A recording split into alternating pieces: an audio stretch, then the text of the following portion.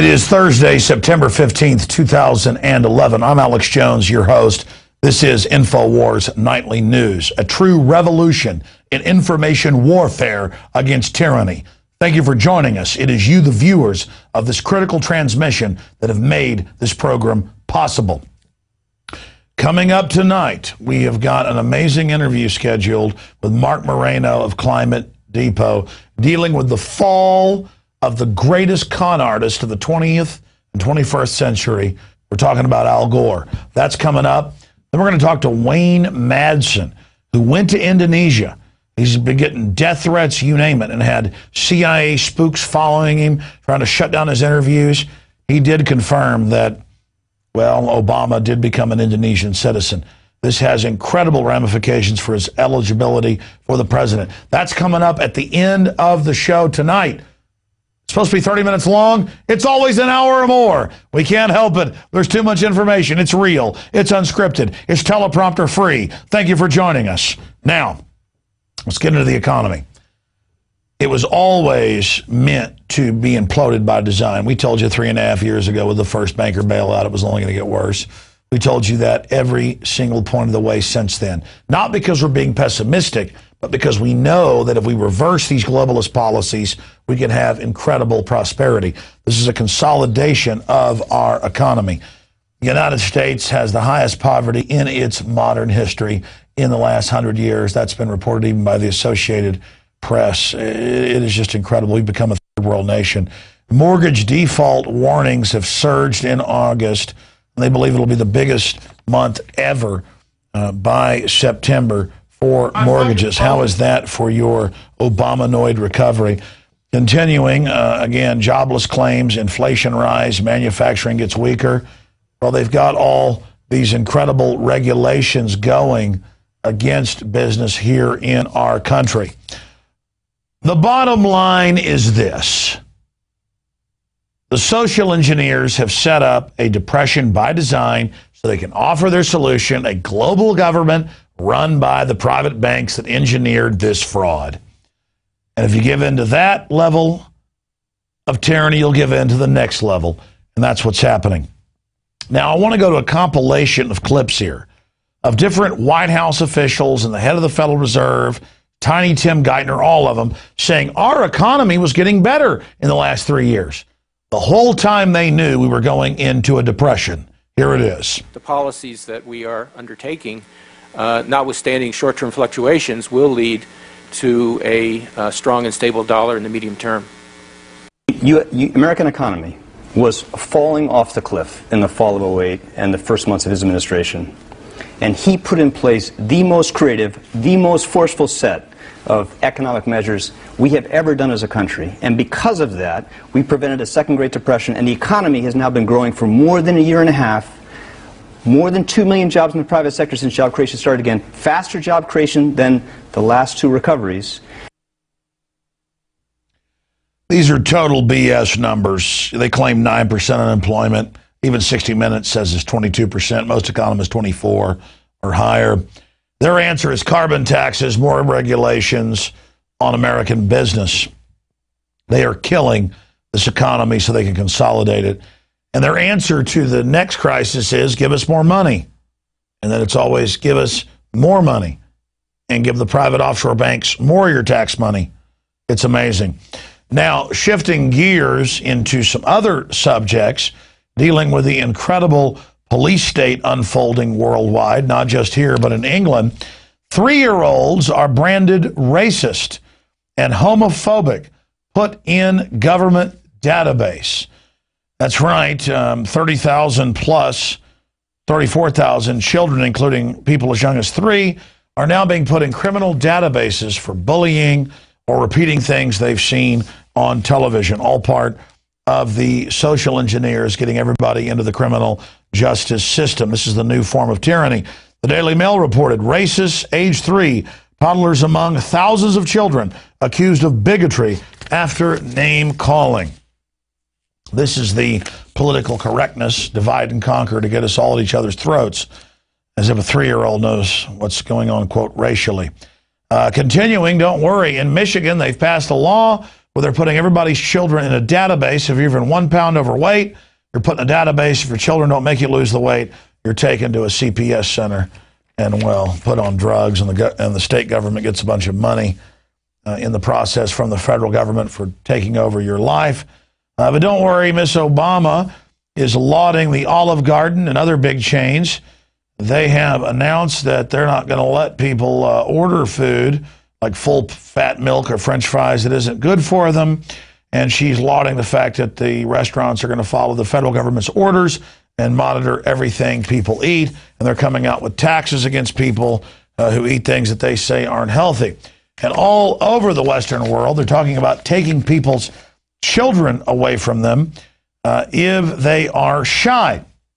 That's a normal instinct of boys and girls, the people they don't know, to not want to come over and talk to them. But the government's answer is, hey, Big Pharma paid us off. Your kid is shy. We're going to put them on a drug that's going to basically eat their brain.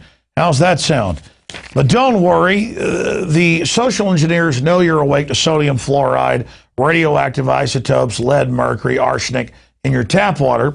So their answer is to fearmonger all over national TV and tell you that apple juice is evil because it has biologically bound trace amounts of arsenic in the seeds. So when companies crush the entire apple, there's a tiny bit of arsenic that's been proven as a trace element is needed for the uptake of other vitamins and minerals. But their answer is to start restricting that devilish apple juice. So that is going on as well. Now, I played you that economic clip where they're telling you how wonderful the economy is, but George Soros, who said in the last 5 years he's having a great economic crisis, says that we must embrace mass centralization of power in Europe, a new banking dictatorship, or another Great Depression will ensue. And then you give him more power and pay your taxes to him because he sold you some Ponzi scheme derivatives, and things only get worse. They don't get better. That's the moral of the story. The globalists get you into a crisis and then always offer you more tyranny as the solution. Marc Morano and then Wayne Madsen are coming up with some groundbreaking interviews. But first, I want to get into some other treason. It is now admitted that France and England are sending a delegation to meet with al-Qaeda, who they admit has been given control over the North African country of Libya. That is the areas that they control. Muammar Gaddafi is still fighting them. And they say that al-Qaeda has been given cruise missiles and everything else. But as we pointed out, in association with this visit, they're not discussing the fact that they've put al-Qaeda in power. But separately, in a schizophrenic fashion, NATO is coming out and saying they may have to have war with al-Qaeda, who's now gotten control of Libya. These are the so-called freedom fighters. Now, getting into the Snoop Society this evening, Congressman Lamar Smith from right here in Central Texas has introduced the See Something, Say Something legislation. You know, in the Constitution, you're able to face your accuser in court, but this says now that people can anonymously make up lies about you, and you can be thrown into a gulag for the rest of your life. And they're running TV ads everywhere saying if you see a piece of paper blowing down the road or a box on the side of the street, go into a hysteria and call the government.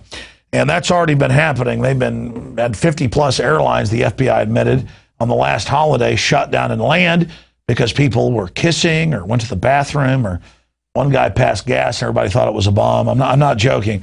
The wicked flee when none pursue.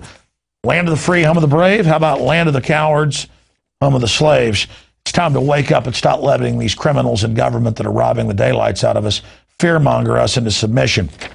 Meanwhile, more and more I see cases in the Snitch Society where people that don't buy the right hunting license are banned all over the country from hunting. You swipe your license to get a hunting license.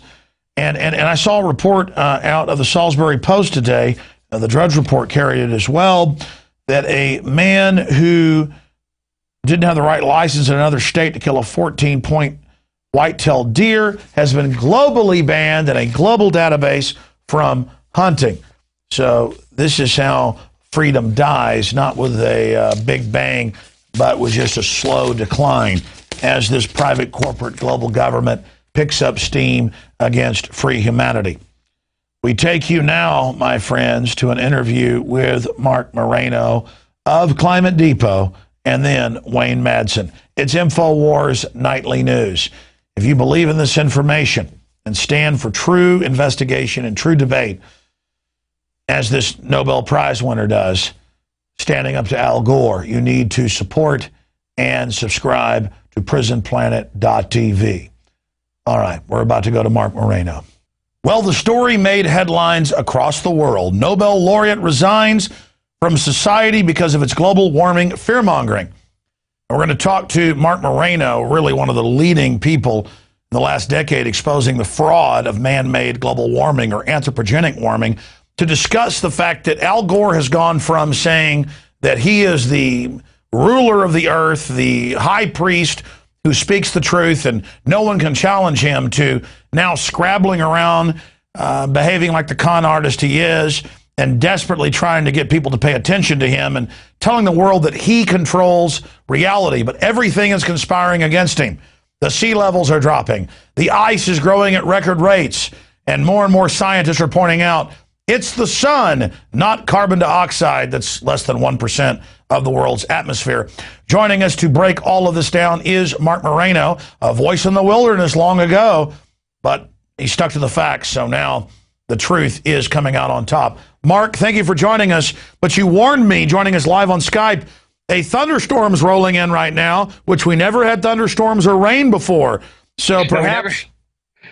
Never had weather before man-made global warming, so it's possible that one of Al Gore's predicted storms could interrupt our interview here. Well, yeah, everything. Dust storms, earthquakes, hot weather, cold weather. I mean, rain never fell until man did bad things. So do you want to apologize right now that there's a storm maybe approaching right now? Yes, I do. And if you look at this, I wish we had carbon taxes in the 1930s. We could have prevented the Dust Bowl drought from happening. If only we had visionaries back then. The inventor of the internet. Yes, what's happened now is Al Gore has started his 24-hour campaign, and it is so atrocious, so offensive, that even committed global warmists are bailing on Al Gore. The UK Guardian's Leo Hickman has said his stomach stank when he started watching it. He couldn't believe that every bad weather event was being linked to global warming.